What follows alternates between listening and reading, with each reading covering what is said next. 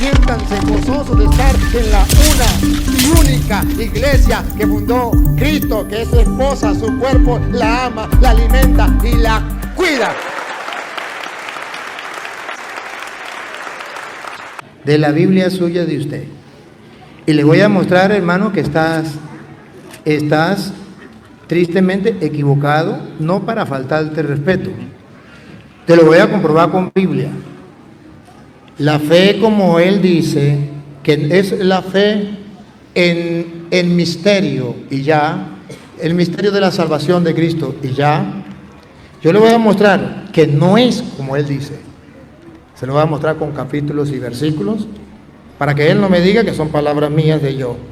Yo quiero que se presenten, que digan cómo se llama, a qué iglesia pertenece y que si ejerce como pastor o como no como pastor. Si llega a tener credenciales, pues puede decir cuál es el número de credencial o si tiene el carnet, porque a veces en los de internet, los que están en otra parte del mundo dicen, esos son obras de teatro que el cura monta. Yo quiero que usted les muestre a ellos que no es una obra de teatro. No sé cómo puede usted probar que usted es pastor. Y de modo que aquellos que están allá, que no nos conocen, porque aquí la gente sabe que ustedes llegaron de sorpresa, que yo ni sabía. Pero los de internet, los hermanos separados dicen, no, es que ese cura le gusta montar puro show. Y busca gente y los hace pasar por pastores y monta obras de teatro. Y yo quisiera que usted se presentara y dijera dónde trabaja, cómo es su iglesia, cómo se llama, de modo que no quede duda de que usted es pastor y que les pueda comprobar a los evangélicos que están detrás de las cámaras porque nos están siguiendo, que se den cuenta que verdaderamente usted es un pastor. Por favor, preséntese. Sí, Dios les bendiga a todos. Mi nombre es Sergio Castellanos, originario de México. Yo he visto a usted a través de internet. Y en sí, el propósito era platicar con usted. Así, el Señor nos manda que nos amemos unos a otros. La palabra nunca ha sido para pelear ni para discutir, sino la palabra es para, como dice el Salmo, lámpara es a mis pies tu palabra y lumbrera mi camino.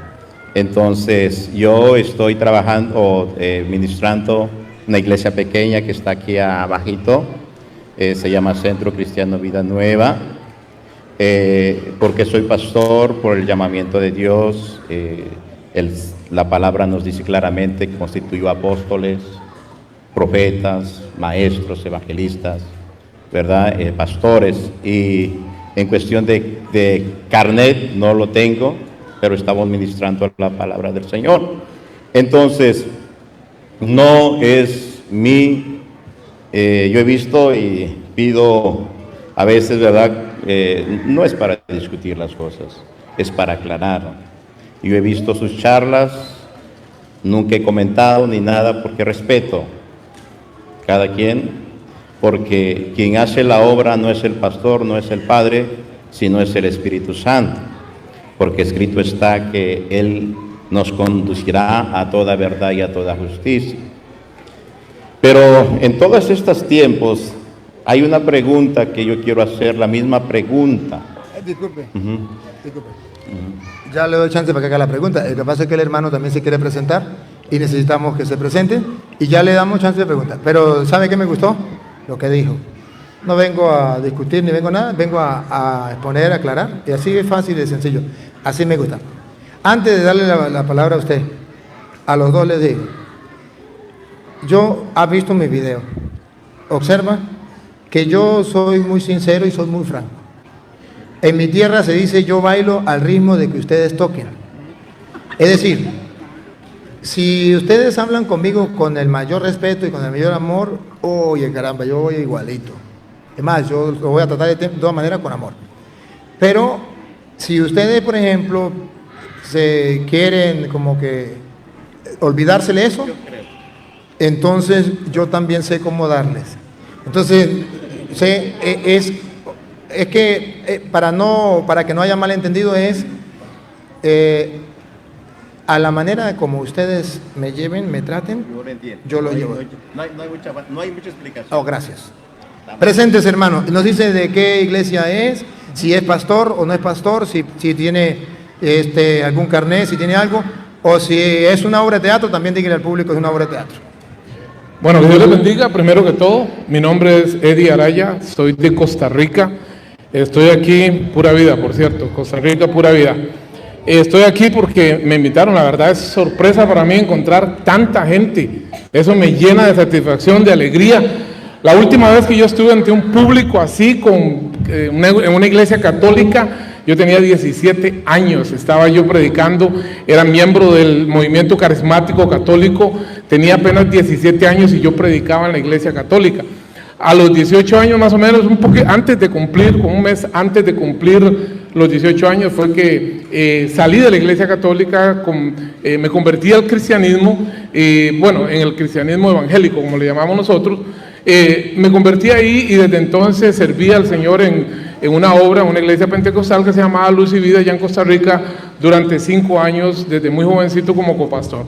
Es decir, voy a cumplir 60 años, déjenme ver, tengo 43 años de conocer la palabra de Dios. No soy graduado en una universidad.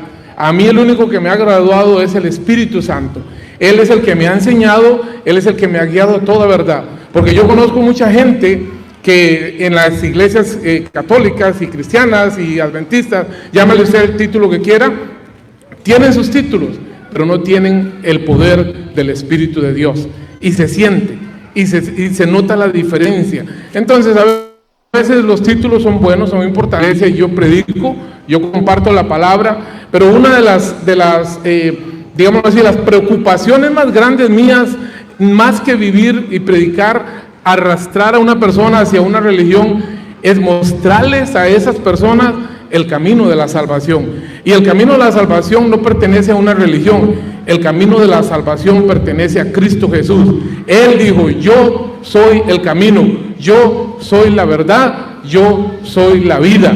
Él no dijo ni católicos, ni evangélicos, ni judíos, ni ninguno de ellos. Él dijo, yo soy el camino, yo soy la verdad, yo soy la vida. Jesús es el camino, Él nos ama, Él le ama a usted. Y es por eso que el Espíritu Santo le ha traído aquí, para que usted comparta con nosotros la palabra de Dios. Gracias. Aplausos para los dos hermanos. Se me olvidó cómo dijo que llamaba a su iglesia. Iglesia Morningside o Nuevo Amanecer, ahí en Pelham Road, Iglesia Bautista Morningside o Nuevo Amanecer, en Pelham Road. Iglesia Bautista Nuevo Amanecer. Va, la iglesia bautista, muy bien, magnífico. ¿Usted también pertenece a los bautistas? Bueno, el mundo se ha distanciado mucho por tantas denominaciones.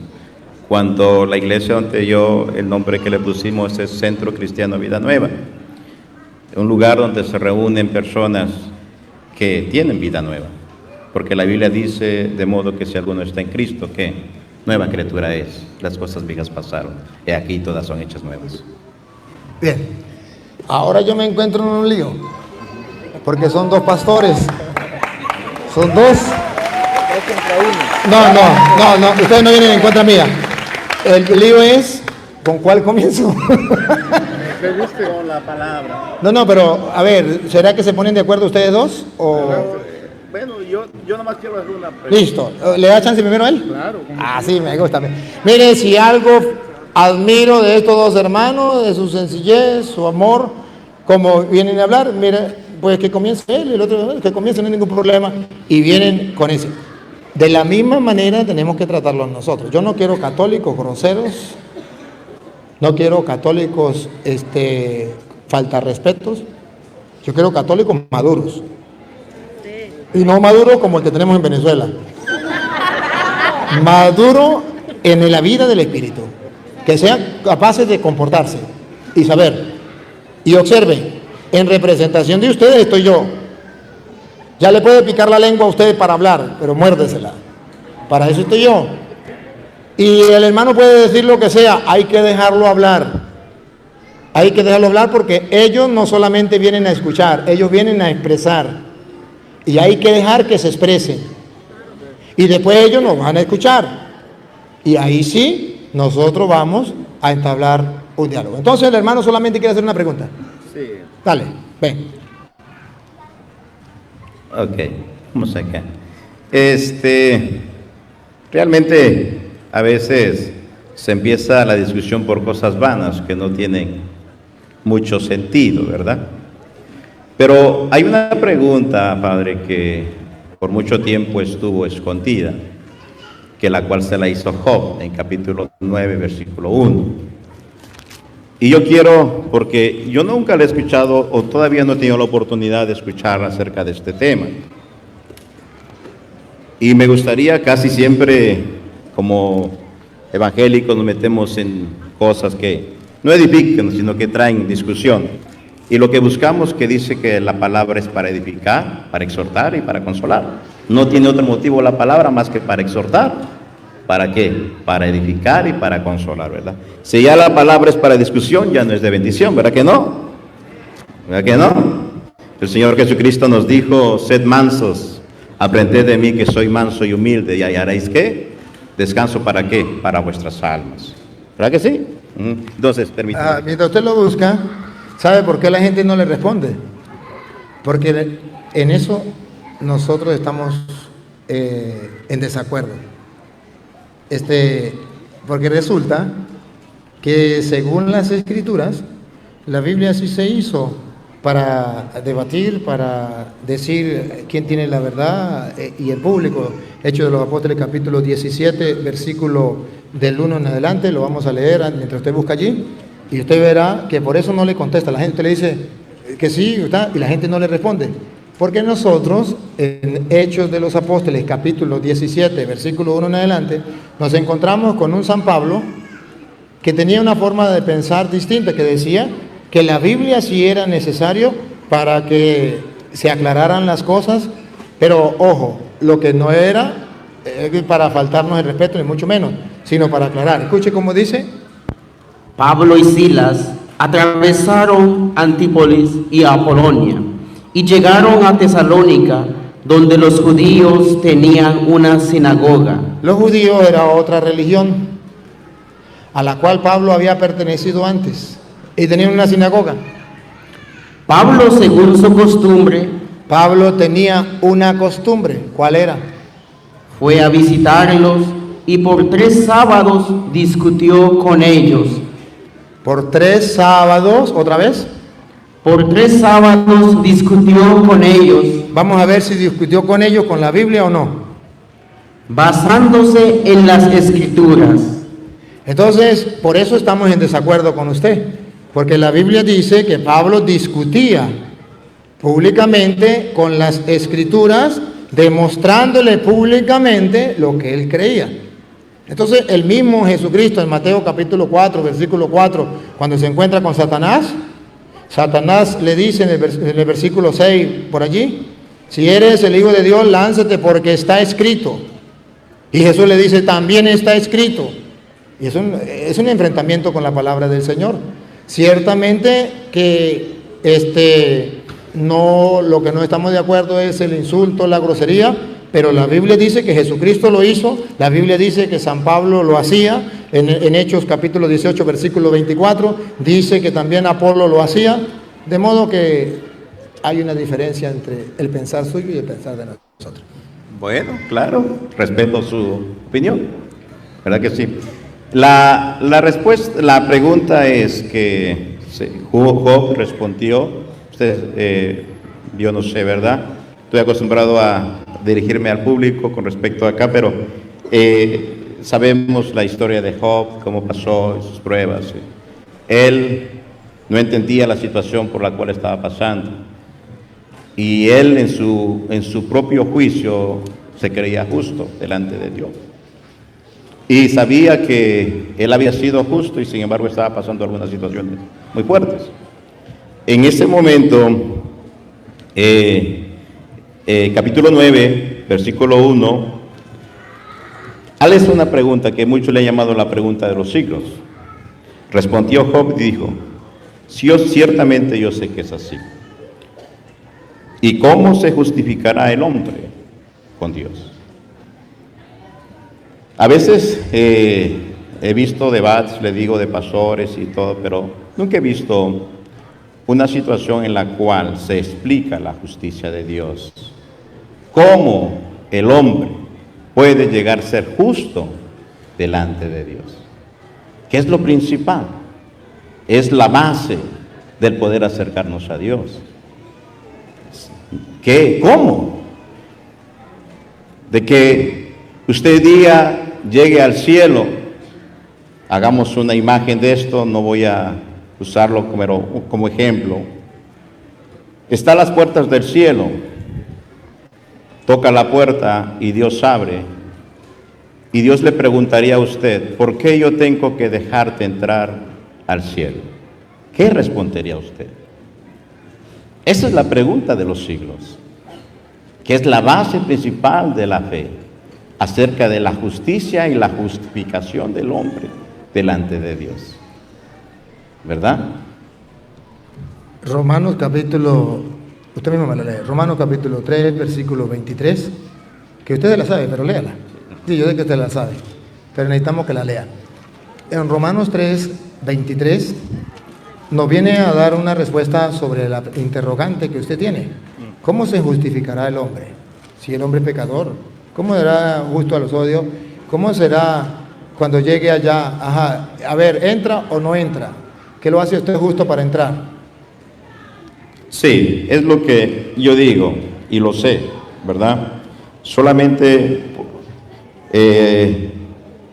21 de en adelante dice, pero ahora aparte de la ley se ha manifestado, ¿qué? La justicia de Dios. Sí, se ha manifestado la justicia de Dios. Y ahora el versículo 23. Por cuanto todos pecaron y están destituidos de la gloria de Dios, Siga. siendo justificados gratuitamente por su gracia mediante la redención en Cristo Jesús. Ahí está la respuesta a la interrogante, pero todavía no se la he explicado. Aquí dice la Biblia que somos justificados delante de Dios, porque todos somos pecadores, y somos justificados gratuitamente gracias a la salvación o a la redención que nos trajo Cristo Jesús. Que les dio un minutito que se quedaron sin batería, que van a cambiar las baterías para el video. Dale.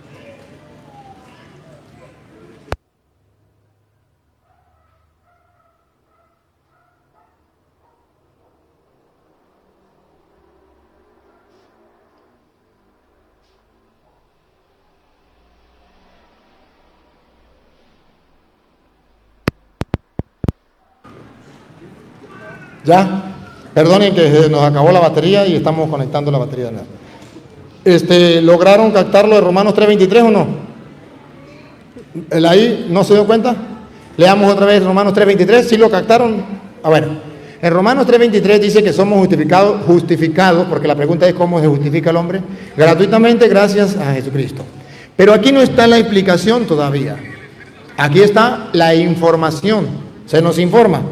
Hemos sido justificados gratuitamente gracias a la redención traída por nuestro Señor Jesucristo.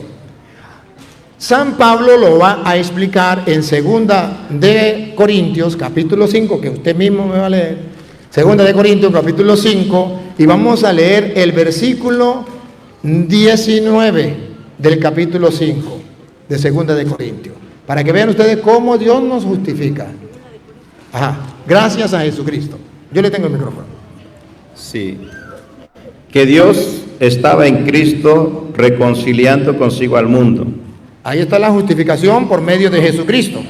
Dios estaba reconciliando al mundo por medio de Jesucristo, pero no ha llegado hasta ahí. Miren la explicación, cómo esa justificación sigue a lo largo de toda la historia, a lo largo del mundo. Escúchenlo. No tomándoles en cuenta a los hombres sus pecados. No le tomaba, estaba justificando al hombre, ya no le tomaba en cuenta los pecados. Con el pecado se convierte en injusto. Cuando Dios le perdona los pecados, se justifica al hombre, gracias a Cristo, la redención que nos trae. Ya no tomaba en cuenta sus pecados, pero ahora pongan cuidado lo que Pablo explica, porque la explicación, pastor, no se la doy yo, se la da Pablo. Dale. Y nos encargó a nosotros la palabra de la reconciliación. Y nos dio un encargo. Dios reconcilió al mundo por medio de Jesucristo, así lo hizo justo. Ya no tomaba en cuenta los pecados.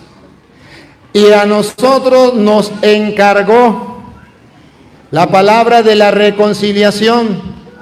¿Y qué significa eso? Siga. Así que somos embajadores en nombre de Cristo. ¿Qué significa? Que Cristo dejó embajadores en la tierra para que esa justificación de la salvación que Dios nos había dado llegara a todos.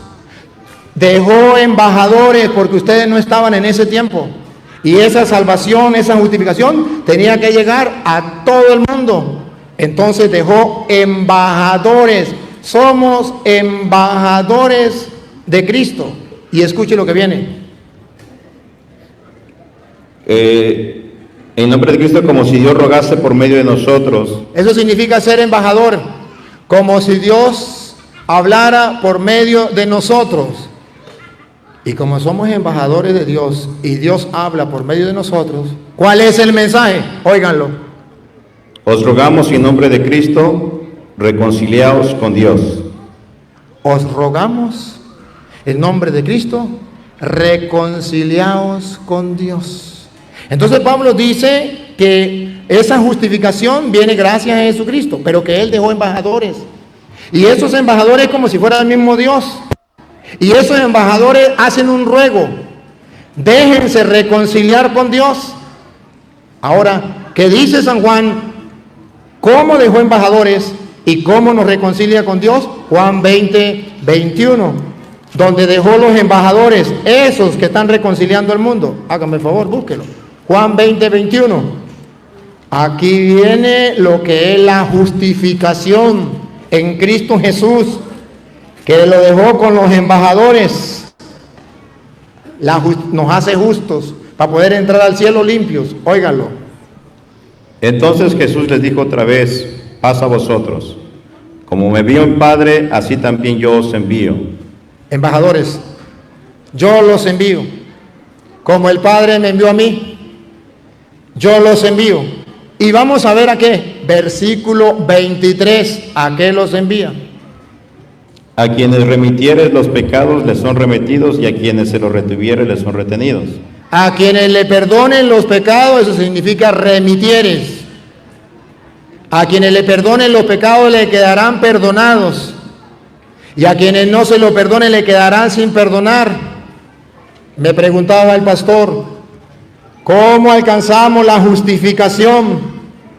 La justificación viene gratuitamente gracias al Señor Jesucristo, que mandó a sus apóstoles diciendo, no solamente entregó su sangre en la cruz por nosotros, sino que dejó a los embajadores como si fueran Dios mismo, con el poder de perdonar pecados. A quienes ustedes le perdonen los pecados, significa que un hombre por su propia cuenta no tiene poder para perdonar pecados. Pero Jesús, que es Dios, le dio ese poder para justificar a los hombres. Le quedarán perdonados. Esa es la justificación. Ya puede entrar al cielo porque quedó perdonado. Fue justificado por los embajadores que Cristo mandó. Pero aquel que no se deje justificar, el que no, le quedarán sin perdonar. Entonces, Dios nos libera, nos salva, nos justifica gratuitamente. Gracias a que Cristo pagó el precio, pero Cristo mandó embajadores que ruegan, déjense reconciliar con Dios. Ahí está la explicación, pero ojo, escuchen algo. Que resulta que cuando Jesucristo resucita y da la justificación al mundo, a los pecadores, había uno que no estaba. Pastor, si es tan amable, me lee el versículo 24 de Juan 20. Y ustedes van a descubrir que había uno que nos estaba representando a nosotros. Uno que no estaba. Ustedes no estaban tampoco. Entonces Él nos representaba a nosotros. Juan 20, 24. Uno que no estaba. Y ustedes van a ver que Él nos representaba a nosotros. Cuando Jesucristo mandó a los embajadores, cuando Jesucristo le dijo, a quienes le perdonen los pecados le quedan perdonados, había uno que no estaba. Escúchenlo. Pero Tomás, uno de los 12, llamado Dídimo, no estaba con ellos cuando Jesús vino. Ese nos representaba a nosotros que tampoco estábamos. ¿Y qué pasó? Como no estaba, los apóstoles le contaron cómo Jesucristo los había dejado como embajadores para el perdonar los pecados. Y eso a él le costaba creer, porque él no estaba. Y pongan cuidado, ¿qué fue lo que pasó? Sigan. Le dijeron pues los otros discípulos, al Señor hemos visto. Él les dijo, si no- Le dijeron a otro discípulo, al Señor hemos visto, le contaron, pero él dijo, si no viere en sus manos la señal de los clavos y metiere mi dedo en el lugar de los clavos y metiere mi mano en su costado, no creeré.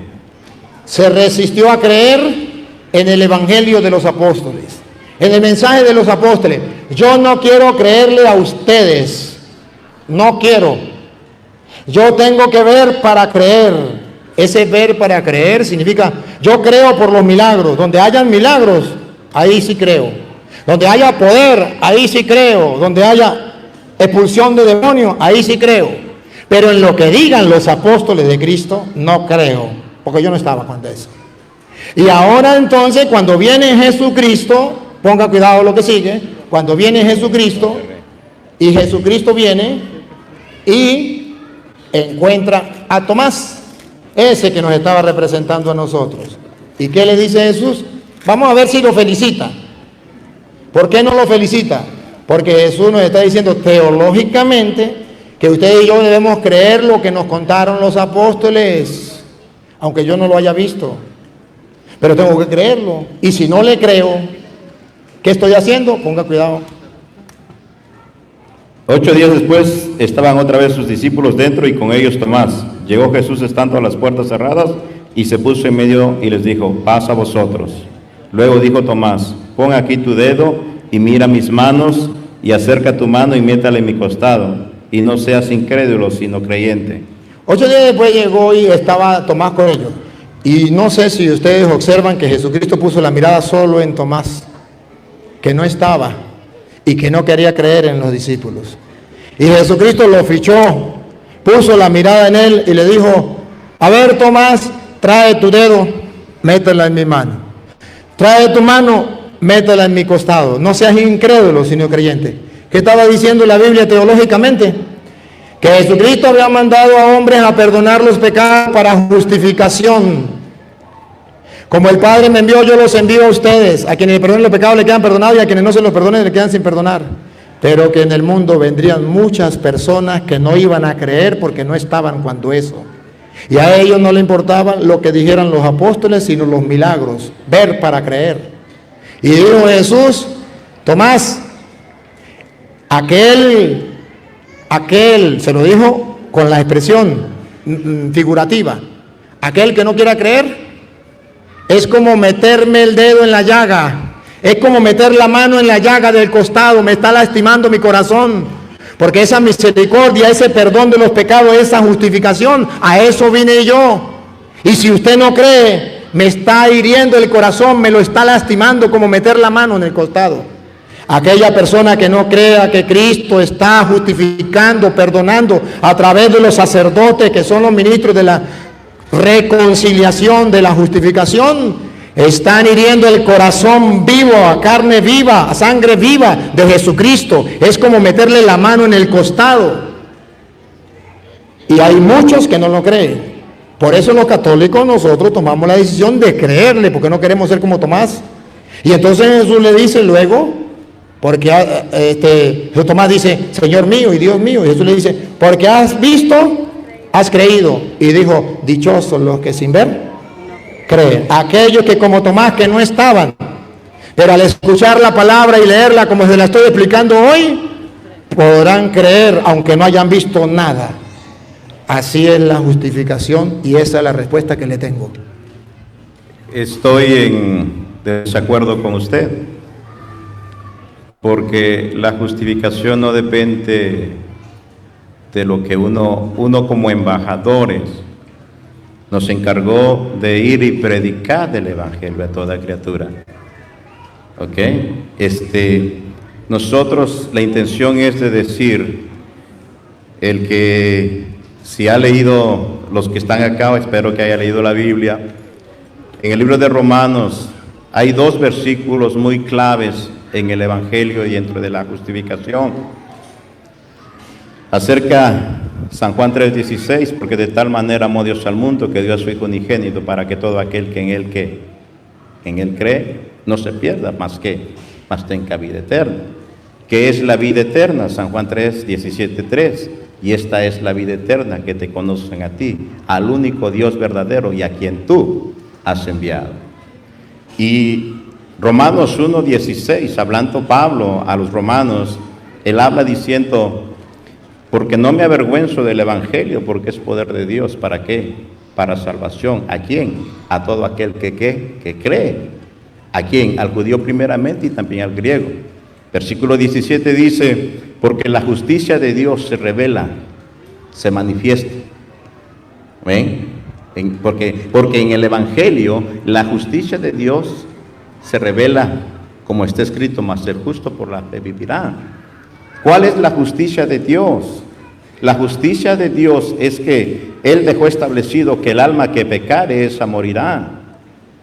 ¿Alguno de aquí ha pecado?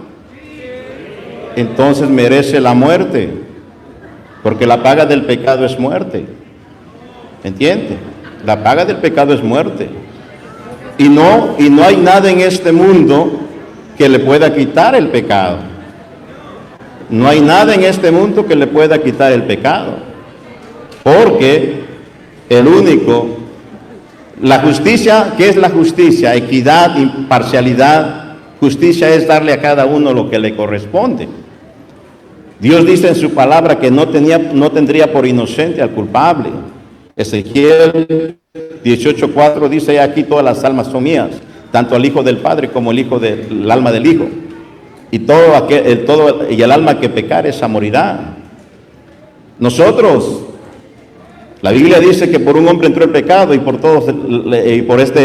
el pecado la muerte, y así la muerte pasó para todos los hombres. Romanos 5:1. Mas por un hombre entró la vida, que es Jesucristo. Esperen, no basta solamente con que Cristo haya resucitado, hay que creer sinceramente. Espérenme, yo fui paciente con él. Uh-huh. Yo les dije que necesitábamos respeto. Cuando ustedes hablan y lo interrumpen a él, le cortan la inspiración. Cuando ustedes hablan, no permite que se lleve todo como va, se cambia todo. Yo soy capaz de responderle, por eso estoy aquí, por eso no me fui. Si yo no supiera responderle, yo no lo dejaría hablar y yo me hubiese ido. Pero si yo sé responderle, debo escucharle, para luego responderle. Pero si ustedes no me dejan escuchar, no podemos aclarar las cosas. Los videos va a quedar filmado, ustedes van analizando, pero, oye, necesitamos el respeto. Sí, cierto, se pierde todo el hilo, ¿verdad? O sea, comenzamos nuevamente. ¿Alguien de ustedes? No, nuevamente no, ¿dónde iba? No. Que estábamos hablando en Ezequiel capítulo 18, versículo 4, ¿verdad? No voy a hablar mis pensamientos. Dice que el alma que pecare, esa morirá. En Romanos habla acerca de la justicia de Dios. Todo hombre nace depravado. Todo hombre no busca lo bueno. Romanos 3, 10, 11 habla así: por cuanto no hay justo ni aun uno, por cuanto todos pecaron. Nos habla de la condición del hombre, que sepulcro abierto es su garganta, no hay quien busque a Dios, no hay nadie que busque a Dios. Cristo le dijo a sus discípulos: no me elegisteis vosotros, sino yo os elegí a vosotros. Entonces, ¿qué pasó? La justicia de Dios es que para todo aquel que ha pecado merece la muerte, tanto judíos como griegos, tanto gentiles. ¿Ok?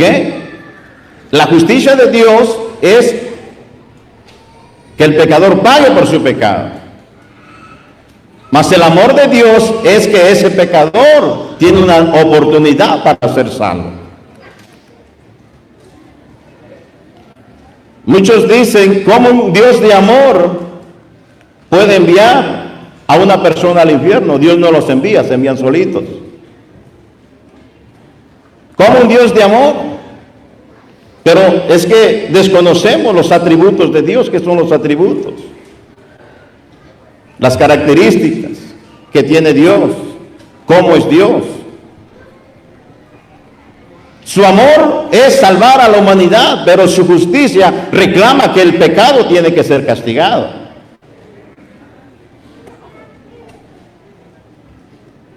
Todos hemos pecado. Nadie puede decir aquí que no peca, y aún siendo justificados todavía pecamos. Entonces, la pregunta es, ¿cómo puedo ser justificado delante de Dios? Permíteme, ya voy para allá. Entonces, todos pecamos. La paga del pecado es muerte. Ahora, en eso se manifiesta el amor de Dios, que Cristo murió por los pecadores. Y usted va a ser perdonado cuando usted deposita su fe en Cristo Jesús. Y cuando deposita su fe en Cristo Jesús, está diciendo que ha creído que la ira de Dios fue descargada en su Hijo, porque la justicia de Dios demanda castigo por el pecado. Mas el amor de Dios le demanda a usted que sea salvo. ¿Qué hizo Dios? Le buscó un remedio, porque el plan de Dios es perfecto desde el principio. ¿Qué pasó? Envió a su Hijo Jesucristo. Cuando Cristo murió, dice que la última palabra que dijo, consumado es, que quiere decir, la deuda por el pecado ha sido pagada. La deuda por el pecado ha sido pagada. Colosenses nos habla, se me va el versículo, ahorita no lo tengo, si usted lo sabe, me lo puede decir, que dice que exhibió a los principados públicamente en la cruz, clamando el acta de los decretos que nos era contraria, que la ley, la justicia, la que nos acusaba, la que nos decía mereces morir porque eres pecado. Pero cuando Cristo muere y la persona cree en el sacrificio de Cristo, inmediatamente siendo justificados gratuitamente, ¿por medio de qué? De la fe. ¿Me está entendiendo? Por medio de la fe. No se trata de que alguien te perdone o no te perdone tus pecados. Tus pecados te son perdonados porque pusiste tu fe en el sacrificio en que Cristo murió por tus pecados. Eres declarado, la palabra justificación es declarado ser inocente. Nadie puede llegar por sus propios medios al cielo. Nadie puede llegar por su propia justicia. Nadie puede llegar por obras para que nadie se gloríe. Entonces, ¿qué pasa? Nadie puede decir inocente soy delante de Dios. Por gracia sois salvos por medio de la fe. Y esto no es de vosotros, no es de ningún hombre, sino es un regalo que Dios dio a través de Jesucristo. ¿Ok? ¿Cómo vamos a llegar al cielo? Por medio de la fe en Cristo Jesús. Sí, ahora me toca a mí. El mismo Jesucristo va a explicar en San Lucas capítulo 6, versículo 46, que la fe como usted la interpreta es error.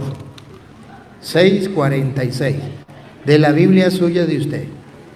Y le voy a mostrar, hermano, que estás